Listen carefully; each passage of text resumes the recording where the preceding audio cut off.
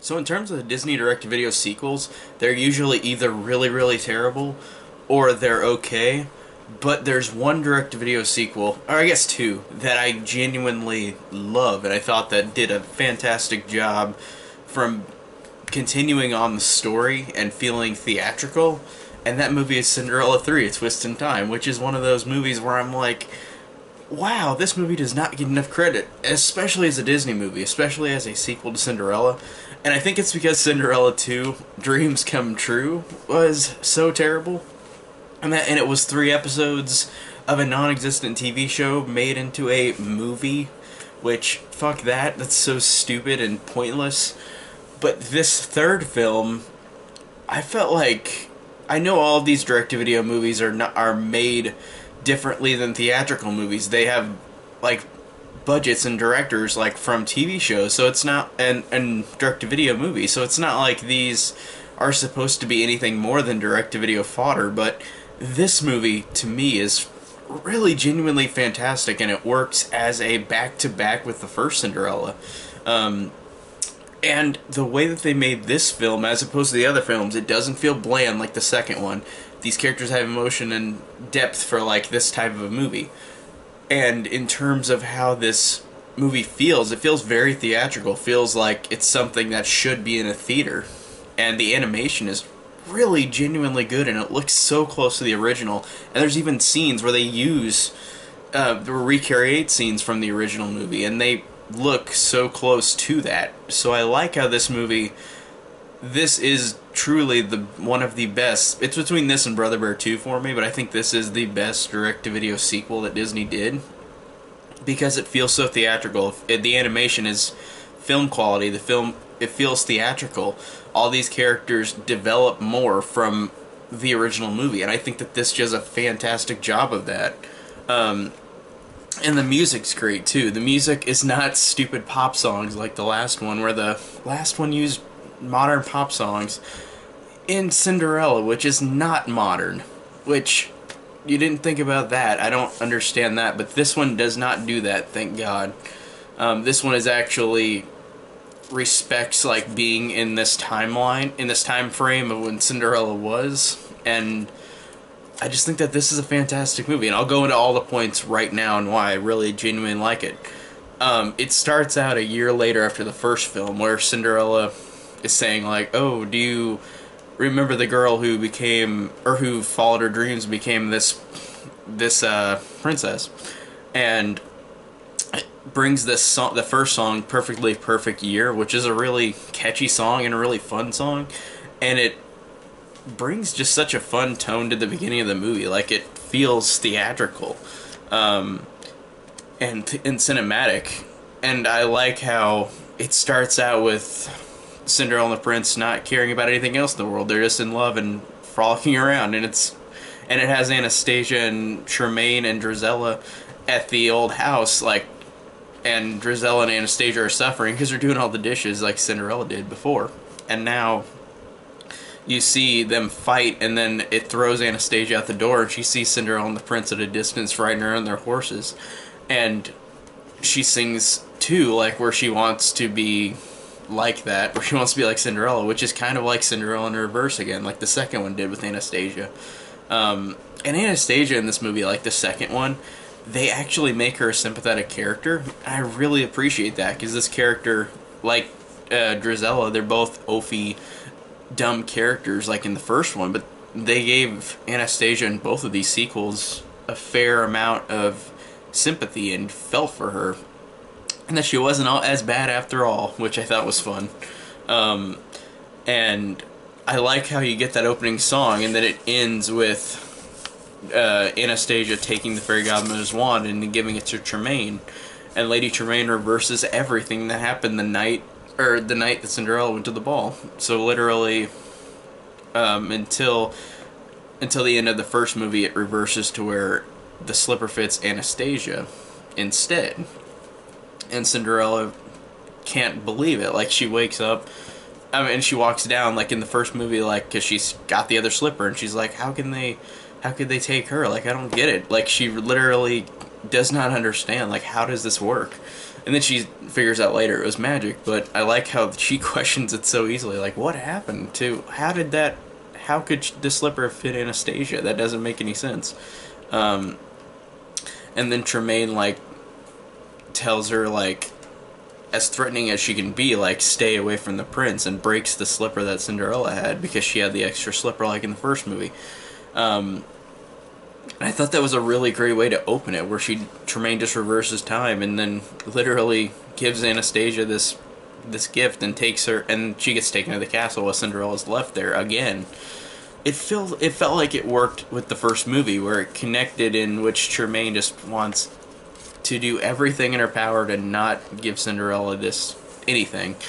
And I liked how it connected to that, and it felt like this movie followed the first film in a very strong way. And then it goes on to the second song, where after Lady Tremaine and Giselle and Anastasia go to the castle, Cinderella sings this song called So Much More Than a Dream, where, like,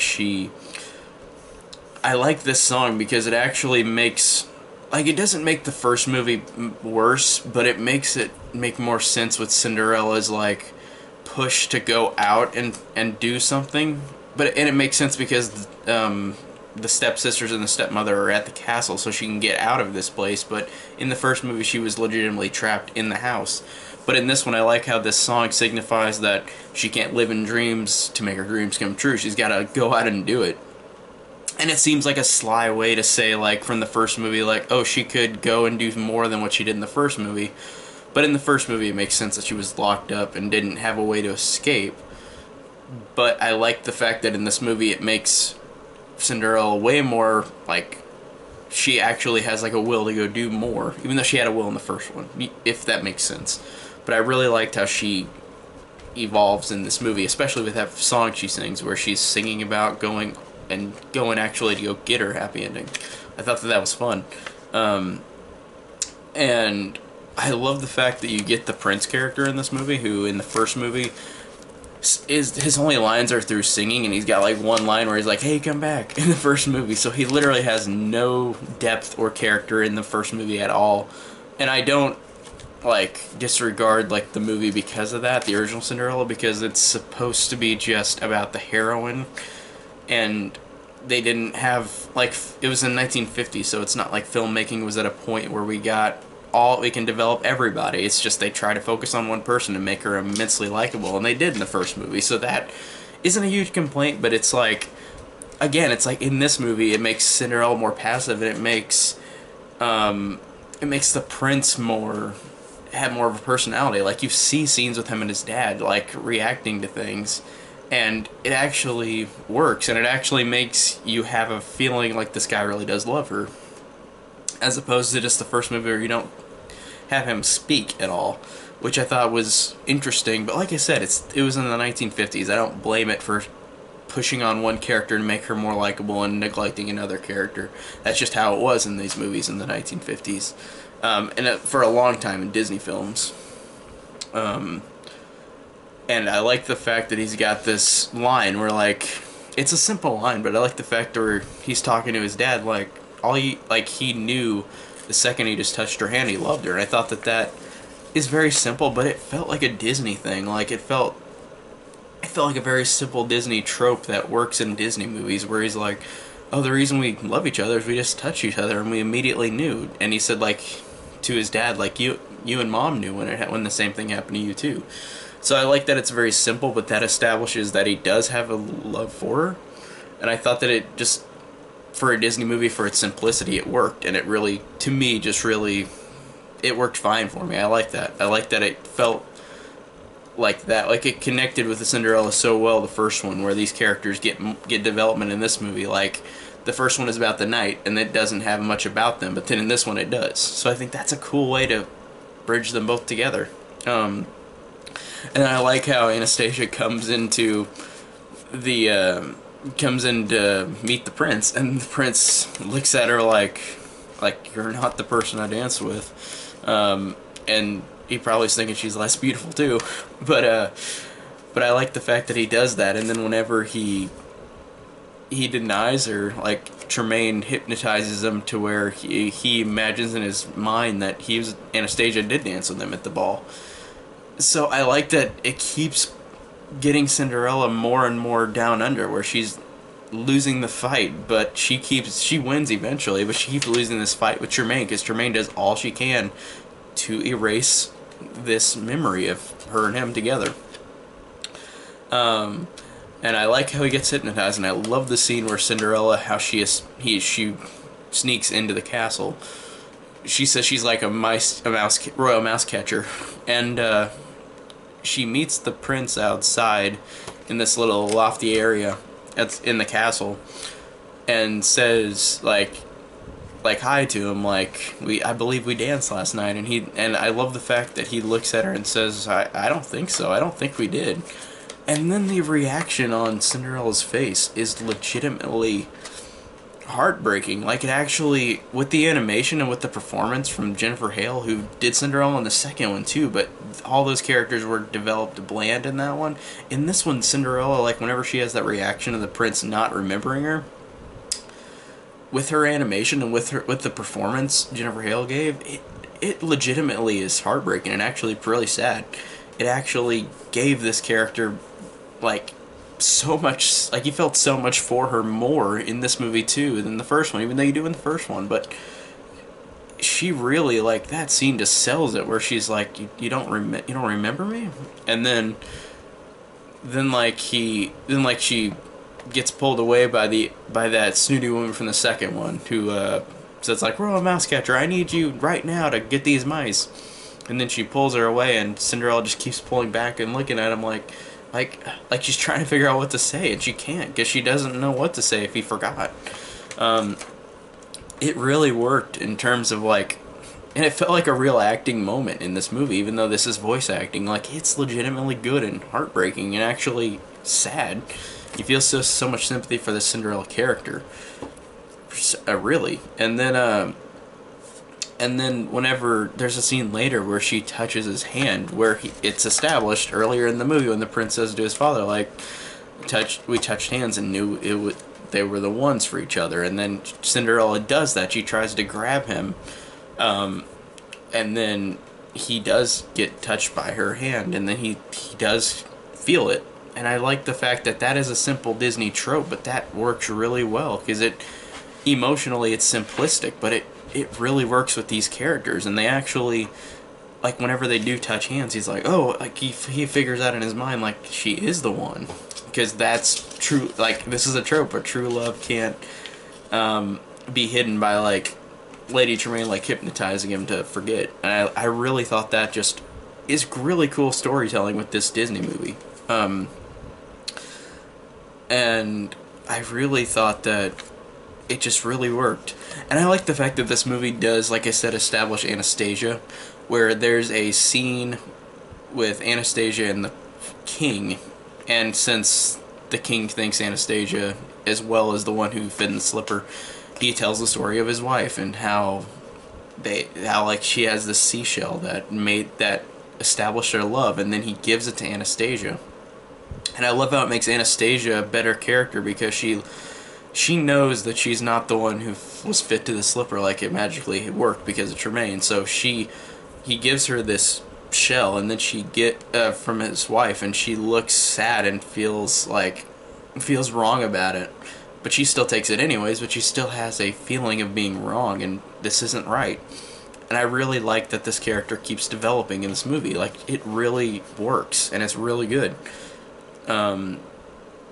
And I thought that whenever she goes and, like, whenever Cinderella comes in and disguises herself to go get the wand, like, it's really funny, because Cinderella goes in after the Anastasia and the king talk, and just Tremaine and Drizella and Anastasia are in this room. Cinderella has to go in to steal the wand, and it's really funny because she makes her voice tiny and, like, acts like she's a housemaid and goes in, and then goes in and tries to get the wand, and then Tremaine immediately knows it's her, like, even though she's got something covering her face, like this, like her eyes are down, so, like, you can't see her face.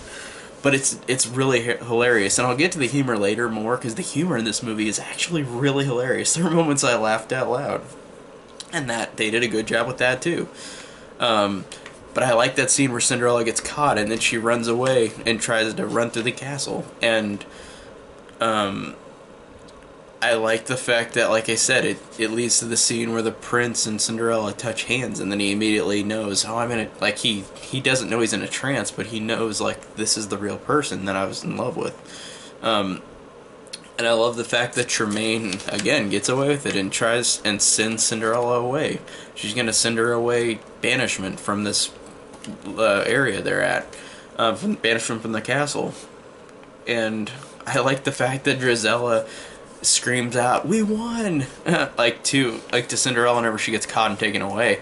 And then the prince says, "What? What do you mean by that?" So it builds on the prince figuring out too as well. It does a good job of building up that, where he's like, "Oh, what is going on?" Because he touched hands with her, so he knows.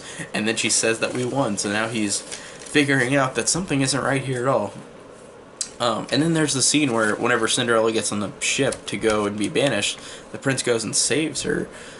And I like, before he does that, Cinderella reprises that song, "So Much More Than a Dream," but it's so much more than a dream. But she sings it to where it's really like the end of her days. Like, she's literally just gonna go off and not, like, she's gone. Like, there's nothing else she can do. And I like that the prince saves her.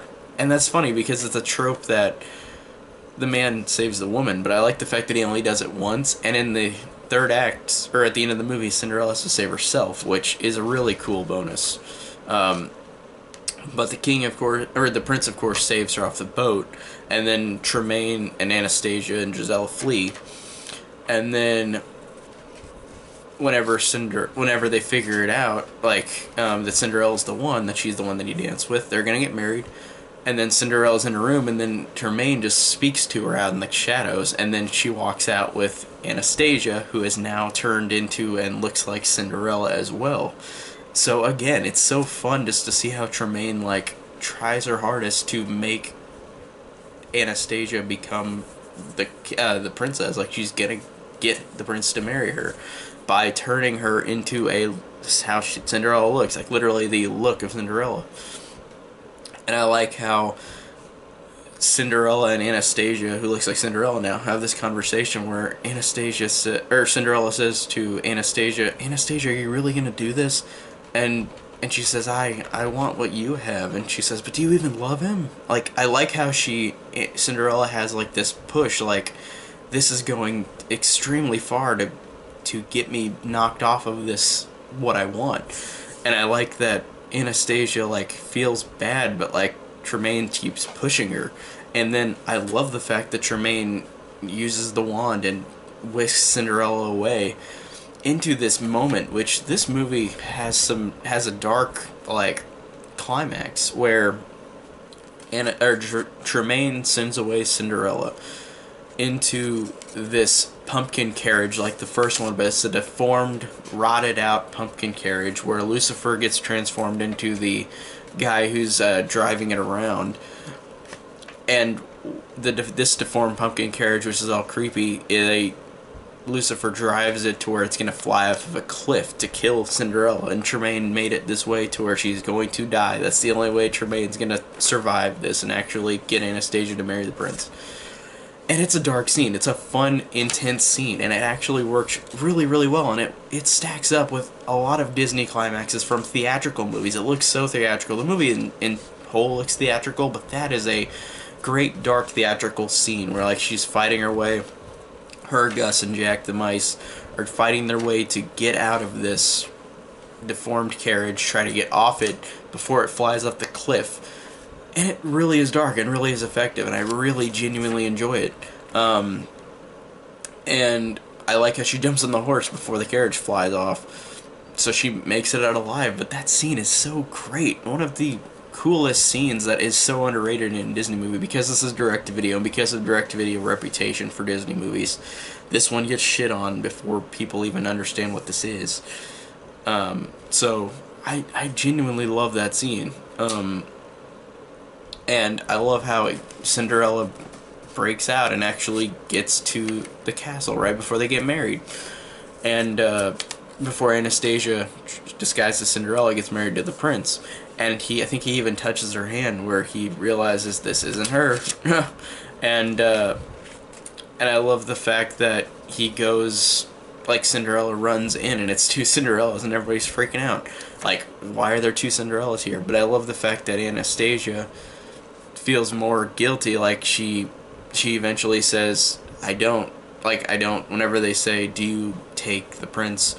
She says, I don't, because she realizes how far she's gone to do this horrible thing that Cinderella deserves. And I really like that whenever that happens. I love how Tremaine just loses it even more, where she said, you spoiled child. I've given everything to you, Anastasia. And then she starts turning a lot of the guards into animals. Tremaine does with the wand.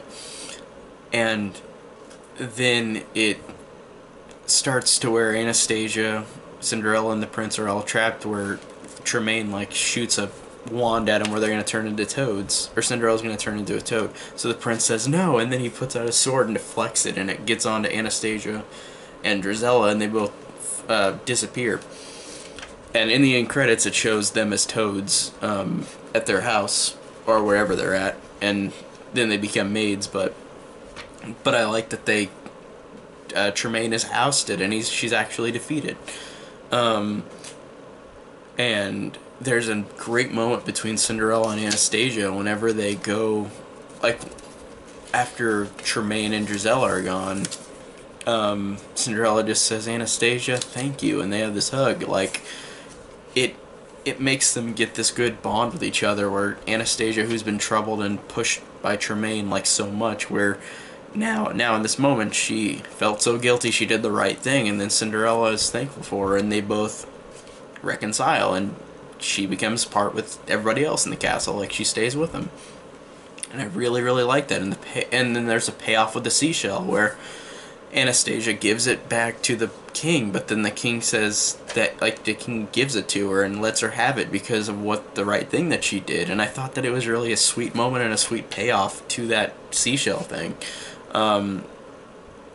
And I like how it ends like that. Cinderella and Prince get married, and it actually just, the fairy godmother returns and she says, do you want to go back to your normal lives? And then she says, you guys were already married before, and she just stops because they're just looking at each other, so in love with each other, and the fairy godmother just says, never mind, after she's brought back. And then it ends with them just getting married, and it actually gives such a fantastic payoff, more than the first one, even though the first one is a fantastic Disney movie anyways, but this one just gives these characters depth, gives these characters emotions, gives these characters great story arcs, like in this one movie, and it works incredibly well. And it ends there where they get married, and then you got an ending song, and then it shows scenes or pictures of these characters in portraits, and then you see, like, Anastasia talking to that baker from the second movie, which I thought was a cool little connection to the second one. And then of course you get in the credits, like halfway through, Lady Tremaine and Drizella are toads, and then they become maids and freak out. And that's the whole movie. But I think that it really just, this movie does a fantastic job of all these things. And the humor, I'll bring up the humor. The humor is something I've neglected to mention for the most part so far in this review. But the humor, there's some moments where I lost it. There's a scene where when when Cinderella pretends to be the maid and goes in to Tremaine's room trying to get the wand, there's a scene where, like, Lucifer gets its tail on fire and it freaks out and jumps up in the air, and then you hear Drizella go, somebody put out the cat. Like, it's just really funny because it's just a background of her screaming, like, somebody put out the cat. Like, the humor's great. And it's self-aware too. Like, the prince, whenever the prince gets the animals talking to him, he doesn't understand, and he like there's birds trying to pull him, and he's like, oh, where are we going? Oh, okay. And then he's like questioning him, like, all right, I'll follow you wherever you're going, to the birds. And then the song where Jack and Gus sing the song about, like, how they Cinderella and him were in love, and like he figures it out. But I like that song because it's really humorous with Jack and Gus. They really are funny in that moment because they're reenacting stuff in the first movie. And then like whenever the father reacts to like when the king reacts to the prince talking about, oh, the talking mice said she's the right girl, or like whenever he said like, oh, the mice sung to me a song, like I like the fact that the king is like talking bluebirds, like I don't understand. Like I think that is great with the humor, and I think that all the characters have fun, humorous moments to this, and it gives them again such a likability to them. And these characters in this movie, and I'm not saying the first one at all it is negative for this, but like the first one in the 1950s is supposed to be not super like character oriented. Like Cinderella is the one who gets the spotlight in the original, and she's incredibly likable, incredibly sincere in the first one, but that's it. And in this movie she gets depth, the prince gets depth, Anastasia gets depth. All these characters get like story arcs that actually for a Disney movie are incredible and emotional and sincere, and they actually do a fantastic job of following up from the first one in this movie.